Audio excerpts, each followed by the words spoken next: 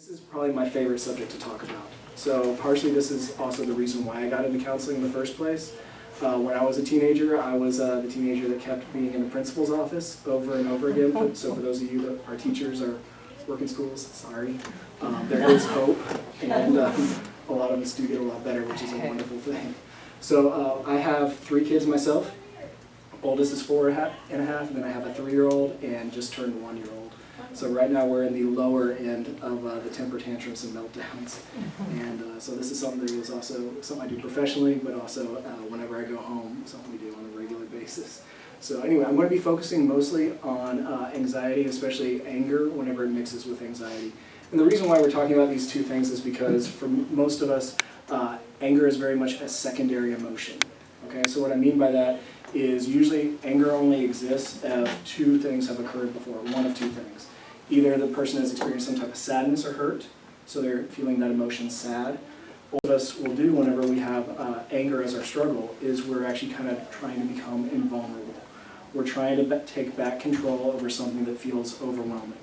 And so that's one of the reasons why teenagers, like we talked about earlier, kids, 2, 3, 4 years old, we tend to see these little spurts of age wherever there's a whole lot of anger that tends to happen, and a lot of times these are developmental milestones. So I'll talk about that a little bit, but there's a whole lot of other much better information out there that you could look at as well. So usually when I see anger crop up in a child, we're either talking about age 2, it's called the terrible 2s, 2 to 3 years old, and then also around age 7 or 8 is the next developmental milestone. They start to go from kind of the concrete thought to a little bit more operational thought, as it's called, and then of course the teenage years, so in between age about 12 to 14. That would probably be about 90% of the clients that I see that come in either with anxiety issues or anger issues are in those little packets of about 4 years total. So whenever you're talking about 21 and younger and those are the main packets, there's a reason why. There's a lot of developmental stuff that's happening. The prefrontal cortex is kind of getting more wrinkles on it. And so these kids are having new thoughts. They don't have the emotional capacity often to really know what to do with. So if anxiety comes in, all of a sudden they go to the back of the brain, what has been nicknamed in the past the reptilian brain. And that's an area where all of a sudden a child is looking for where's my escape and who's my enemy. And this is one of the things that you will see anytime you see a child either have a temper tantrum or a meltdown, which we'll talk a little bit more about those, is this child is very much spinning around, throwing a temper tantrum, and you see their eyes just starting to dart all over the room, almost in a hyperactive type of way, because part of what they're trying to do is they're trying to regain a sense of control and figure out why am I so afraid and how do I get out of here. So if you have little ones or teenagers that try to do that, that's a big part of what happens. So these are some of the things that you tend to look for with this, and I won't go into this too much right now, but this is probably a whole lot of what your children will experience whenever they're experiencing anxiety. It's amazing. This is one of the questions I actually started asking about a year ago of even adult clients. Do you remember the first time you were on a high dive? Not the little bitty high dive, but actually the really tall high dive. Most of us remember it, like around 75%, which, considering that most of us probably did that around the age 6 or younger, there's very few things in our memory that we're going to remember at that young an age. But a whole lot of us, that's the case, and it's because it's one of those times when all of us experience a high level of anxiety.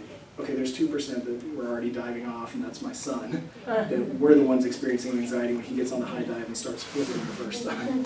But for most of the rest of us, that normal fear of heights, that rational fear of heights is something that we all experience in a very big way. Okay? So, real quick, I want to do a little bit on just kind of the way that anxiety tends to change our worldview. Okay, so here's this beautiful image, right? A little path walking down to a beach. Type of place some of us might take a little vacation, right? This is the way that a child's brain will naturally work whenever there's no anxiety. They're relaxed, they're having fun. Like Millie was talking about, they're not kind of stuck in that fear mode. Here's what tends to happen though, especially when a child has high levels of anxiety or kind of that studied emotion, is it just kind of skews our vision a little bit. Now, one of the things that you'll notice in between these 2 images is one of them, your eyes automatically drawn to the right, to beautiful waves right here. We're automatically drawn almost to the darker image on the left.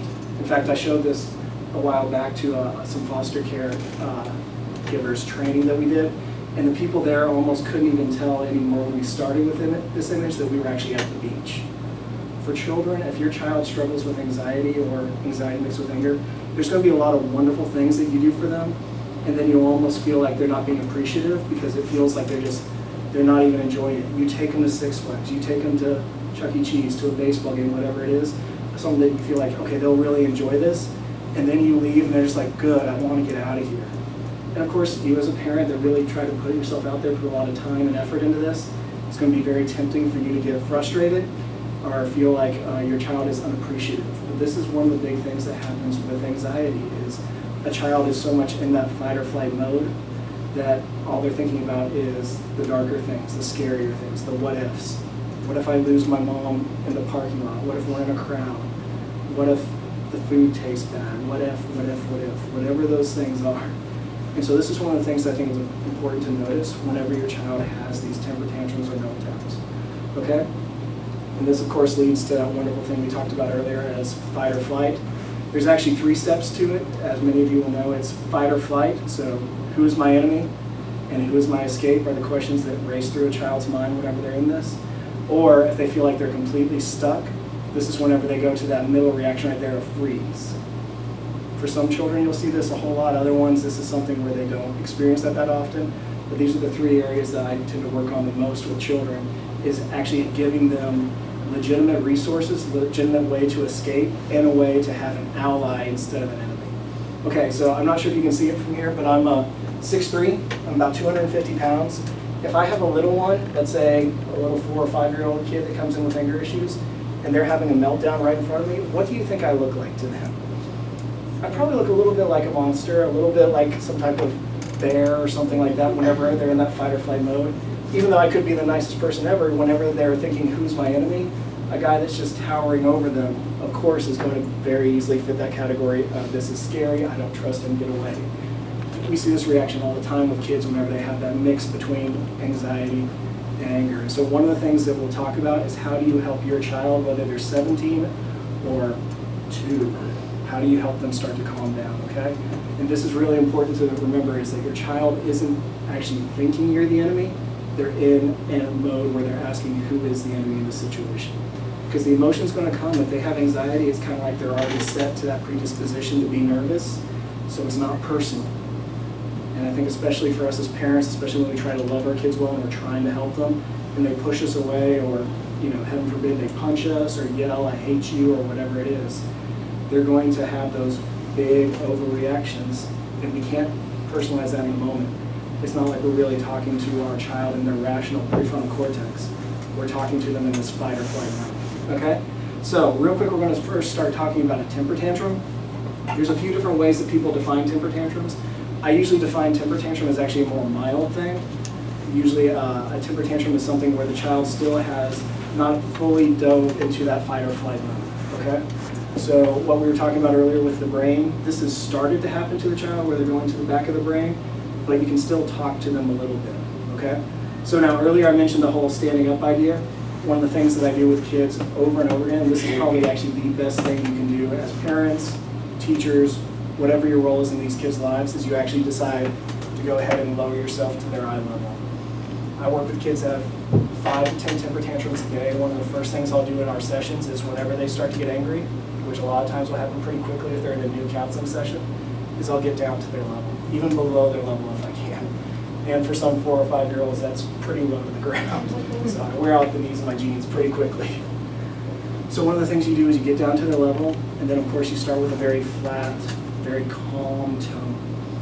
Now a child isn't going to be able to really understand what you're saying if they are in a high temper tantrum or even all the way to a full meltdown, because the prefrontal cortex isn't working fully, right? They've shot all the way to the back of the brain. This means that it's very hard for them to tell you the question that we as parents usually tend to struggle with first. What are you upset about, or what's going on? Why are you so mad? These questions aren't really all that helpful, even though we've all done it, and I'm guilty of it myself. I've done this hundreds of times where I just say, what are you so mad about? Calvin's my oldest. He's the one that I use this stuff with the most. If I do that though, all I'm asking him then is, hey, how do I then not only make your fight or flight mode more complicated? It's kind of like if I asked him to do some math in that moment. Now, if your kids love math, that's great, but for most kids, that's not exactly what they want to do in the middle of a temper tantrum or in the middle of a meltdown. And so what I encourage you to do is try not to ask very many questions. Most parents, I say, let's go ahead and just do 2 sentences. Okay, 2 sentences. If you had to pick 2 sentences to try to guide your child out of a temper tantrum, what would you say? Probably not going to ask them why they're upset, because you got to use a sentence or 2 to do the rest of the things on this list. And make sure they're very short.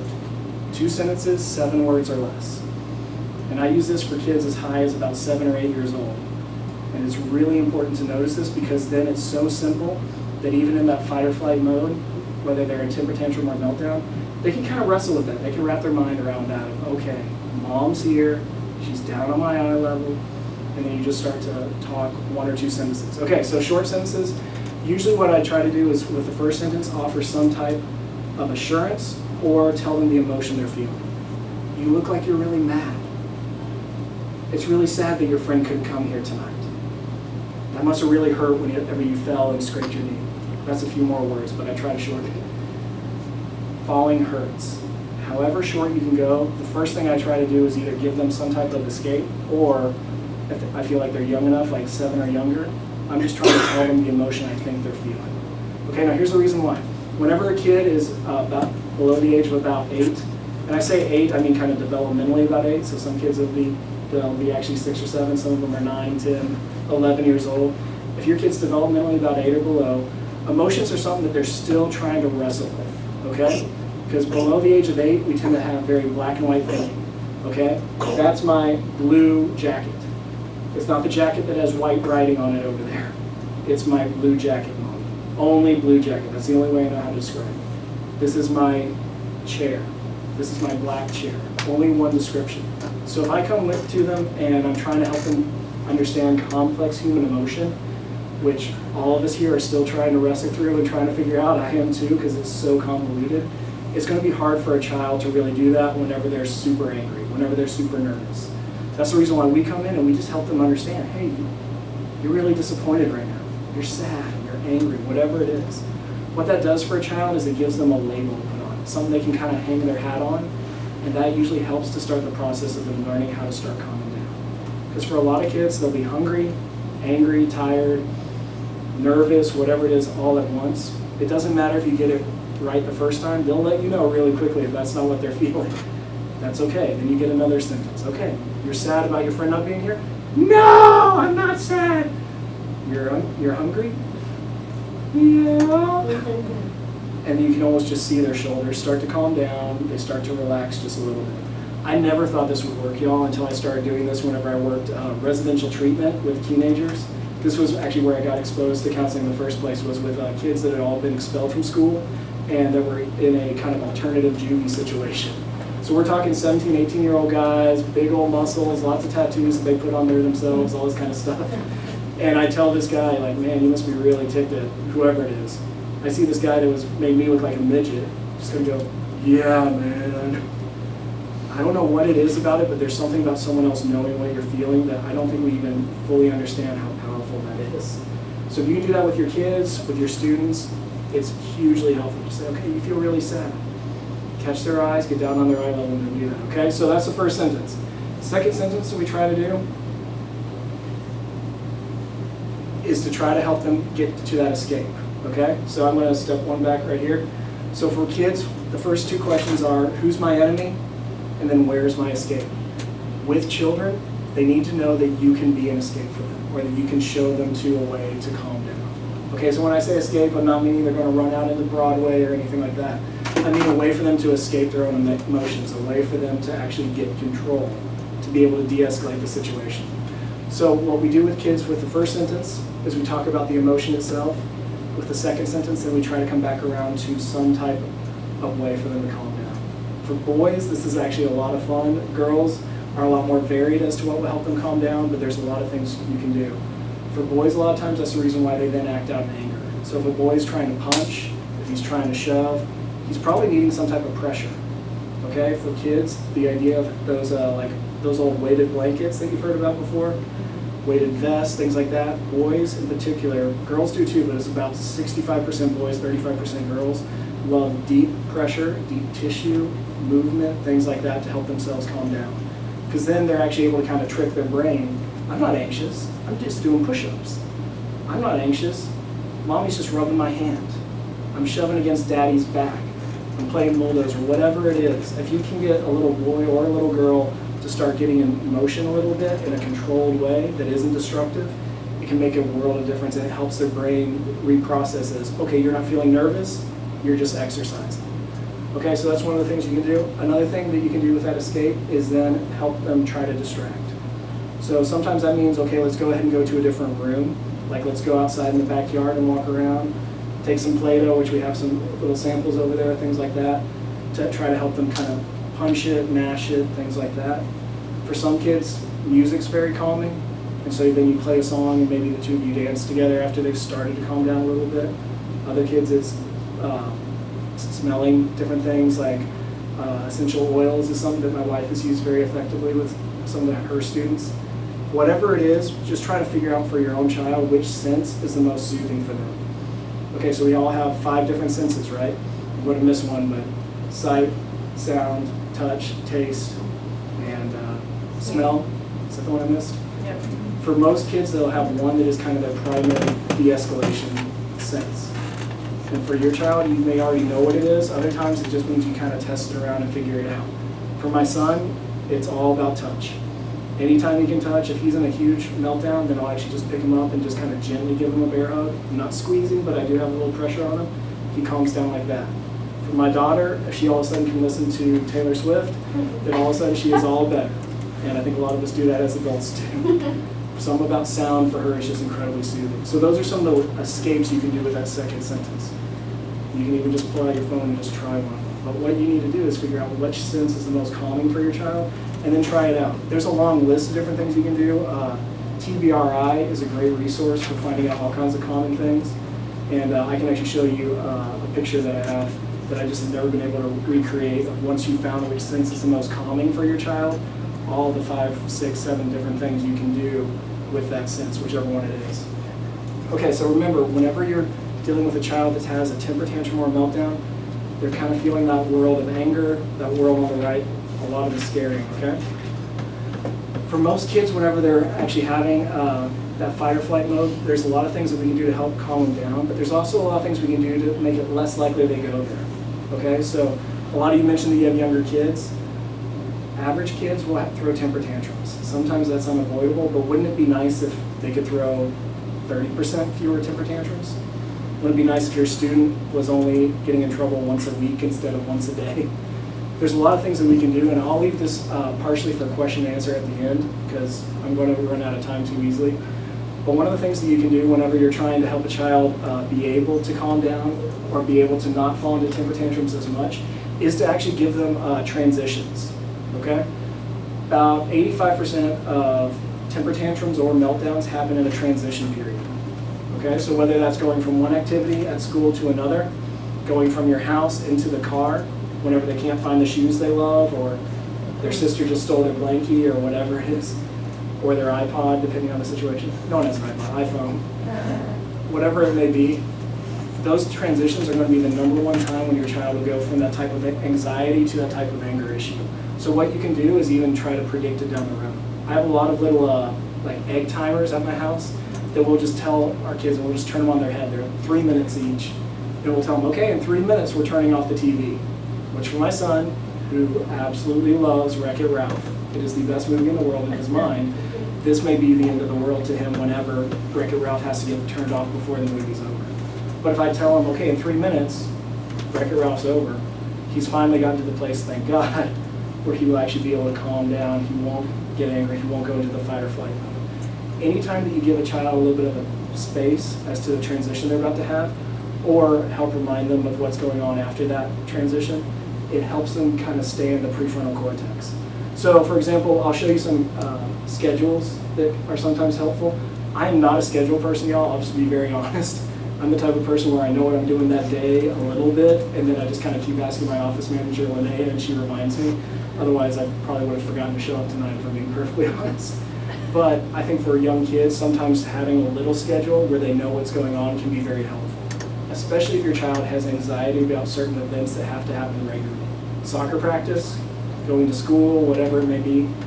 A lot of times they need to know what's after that. So you kind of finish the story. So for example, let's say you have a 7-year-old that has soccer practice and they have a kid on the team they don't like and that's causing some anxiety. Okay, we're going to soccer practice in an hour. Before that, we're going to hang out, play some games, and then later tonight, you got your dessert that we're going to eat, or you're helping daddy with the meal, or whatever it is.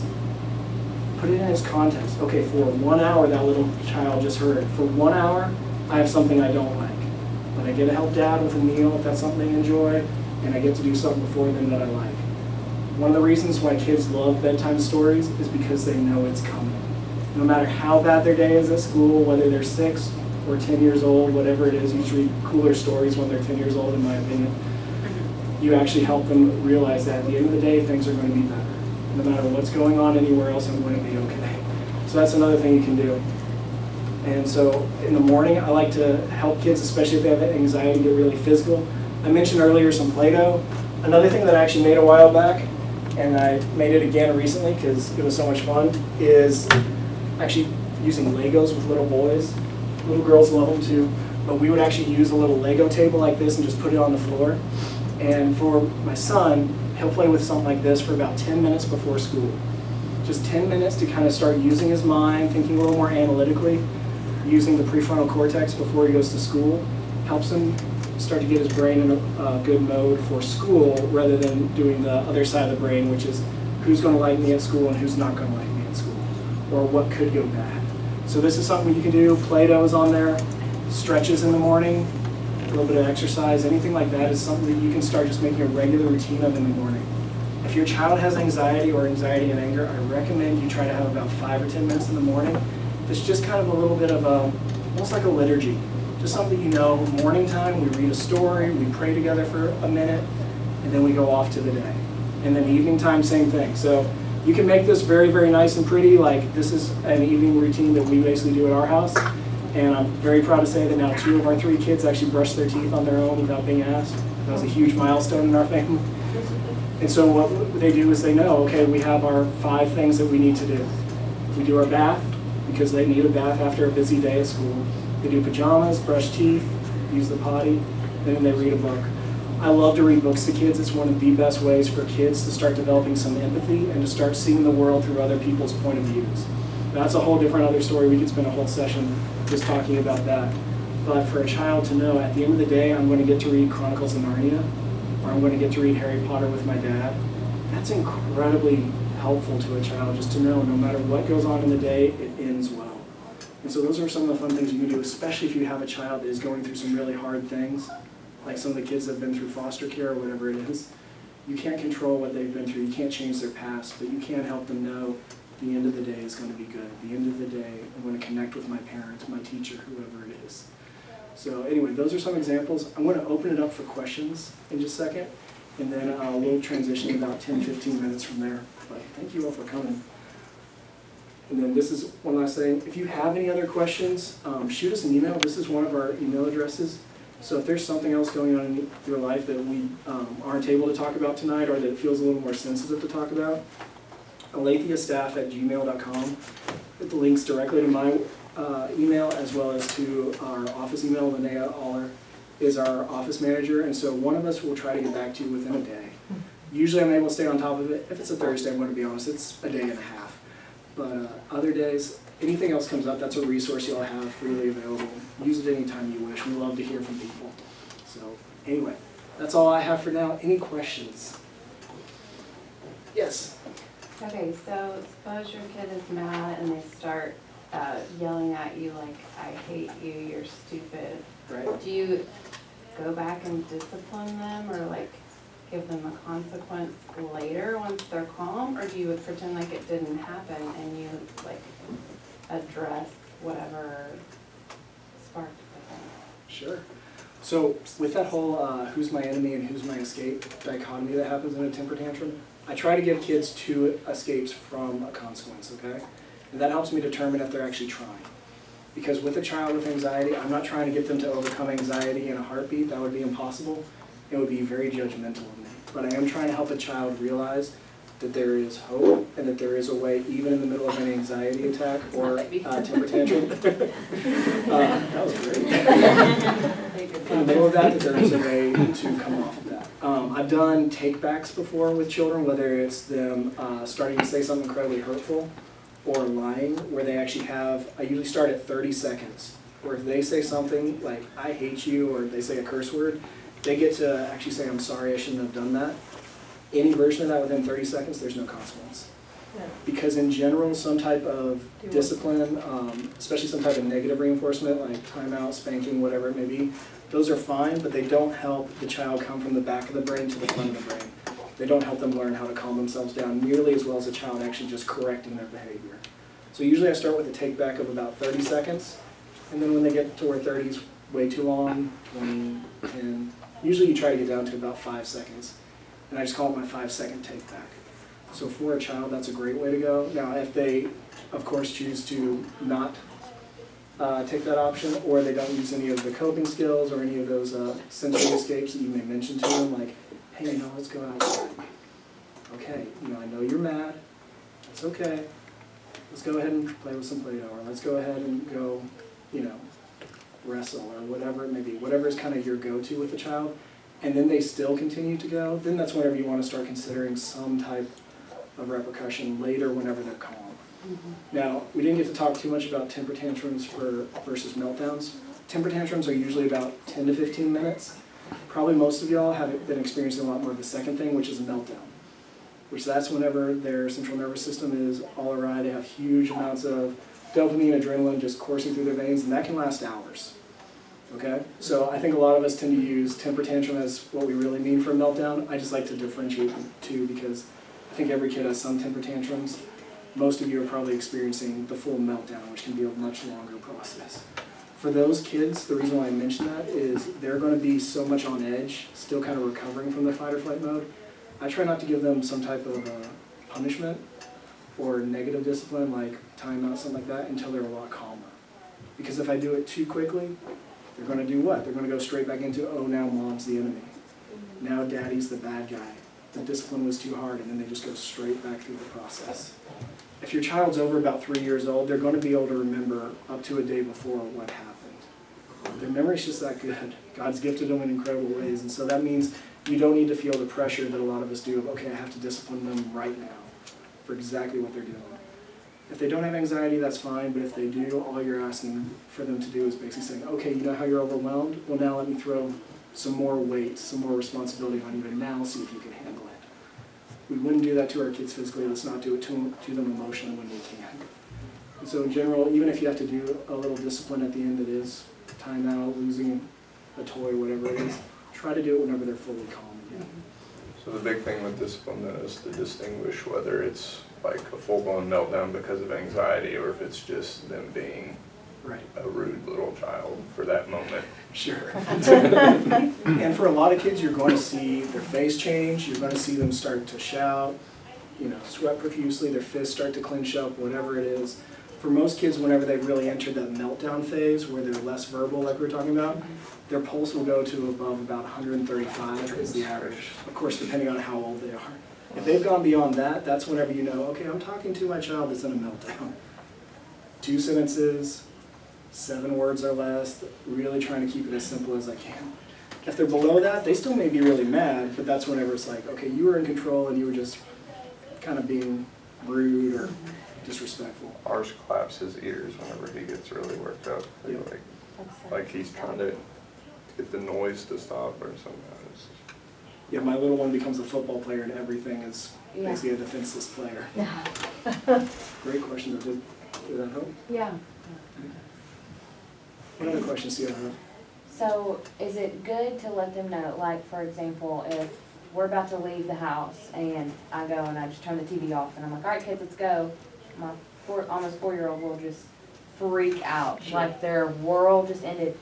Is that, I need to explain then? Before Okay, before you, I just turn the TV off. I try to give my kids 5-minute warning and then a 1-minute warning. Okay. And that's not anything that's necessarily in science, that's just what I've noticed works for my kids. My daughter does not like TV like my son does. My son can sit there all day if I wanted. I remember one time we had someone that was sick in the family. He watched it for like 3 hours straight, which is not our best parenting moment. And he even told us, like, my head hurts, but I'm still watching it. And he had like the bug eyes. You know? So, but with him, we've actually, after about a 9-month process, gotten to where he's only thrown probably one temper tantrum after turning off the TV, even when it's Wreck-It Ralph, in the past month or two, which is fantastic. It was every single time. And we just did, okay, 5 minutes till we have to turn it off, and then we're going to go wherever we were going to go. And then 1 minute. Okay, now we're about to go. And then I would turn it off. And like I said, it didn't work great the first time, but he's gotten to where it's no longer us almost kind of being on edge just whenever we turn off the TV because we're expecting. Yeah, because at first we were like, oh, just Xander, the TV's going off, we're leaving, just get in the car, come on, and just not playing it off like it was anxiety, just, you know, just telling him to suck it up basically, like, Sure. just get in the car. And, which I know now, probably handled it, but. We're all figuring it out. My understanding is we all get it perfect right about the time the kids move out of the house. Right. And then we're the perfect parents. So, great question. Any others? Like, after my daughter's almost 9, she'll be 9 next week, but she doesn't throw like normal temper tantrums. She holds grudges and then she rants about it. And when I say holds grudges, I mean like over 2 years ago. Oh, wow. She's got a good memory. But don't ask her what happened yesterday or earlier today, Okay. because she won't be able to tell you. When you say rants, like, are you talking about her starting to yell at that person for something they did 2 years She'll ago? do that too. But she'll tell anybody about it because she's mad about it still from over 2 years ago. Really? Okay, so whenever she starts to have, what, almost a 6-month, 2-year delay temper tantrum, is it full-blown Well, meltdown? Like, what does she do? for example, you don't mention a certain school. Otherwise, you're going to hear about everything that happened at that school and the reason she didn't like that school. Right. And she hasn't been at that school in over 2 years. That's impressive. Yep. And I that's mean, one of the we things I can't see go a to- lot with kids when they have We can't go to anxiety. one store because she can see that school. Right. She'll have a panic attack and then she goes into her rant of the reason why she doesn't want to go to that store because she sees that school. Right. So with a child, especially when they have a fantastic memory, usually that's whenever I try to spend a lot of time with them, trying to just talk through everything. It's almost kind of like the therapeutic technique of overcoming a phobia. Like if you're afraid of frogs, you first think about a frog. And then you may actually look at a picture of a frog. One of the things you can do with them is actually try to sit down whenever your daughter's doing well and she's calm and having her draw about what she disliked at the school. If she's ever looked at an old cartoon like Sunday Comics, you can even do like 3 panels where she says, okay, this is what I didn't like at the school, and she draws it. And then step 2 is another thing she didn't like about the school, and then step 3 is her leaving the school the day she left. And I'm presuming that was a fairly happy day for her, or whatever it would be. And so sometimes some type of, almost like parent version of art therapy can be really helpful. I also do that a lot with kids actually whenever they have nightmares as well, because unless they are an incredible artist, most of our drawings do not look nearly as scary as our nightmares do. And so you let a child draw with crayons, markers, whatever it is, what they're afraid of, and then they get to actually see, okay, you know, that thing they saw in a scary movie isn't nearly as scary whenever I draw it. It's a great way to help a child whenever they do have a hole up there. And then if it keeps going, if it's just something she doesn't get over, that's when you may want to bring her to a therapist or something like that. Usually play therapy works really well here in Yeah, Queens. she's already doing it too, but she's super still. Yeah, yeah. So I mean, it's an area that does take a while. Hang in there. It usually gets a lot better. Any other questions? We got time for one more. Silence, I don't know. The first one, her daughter that she has now, she was very vocal, just told you what was going on. She'd blah. Everything. That's So the 7-year-old I have now, she'll hold it inside. Right.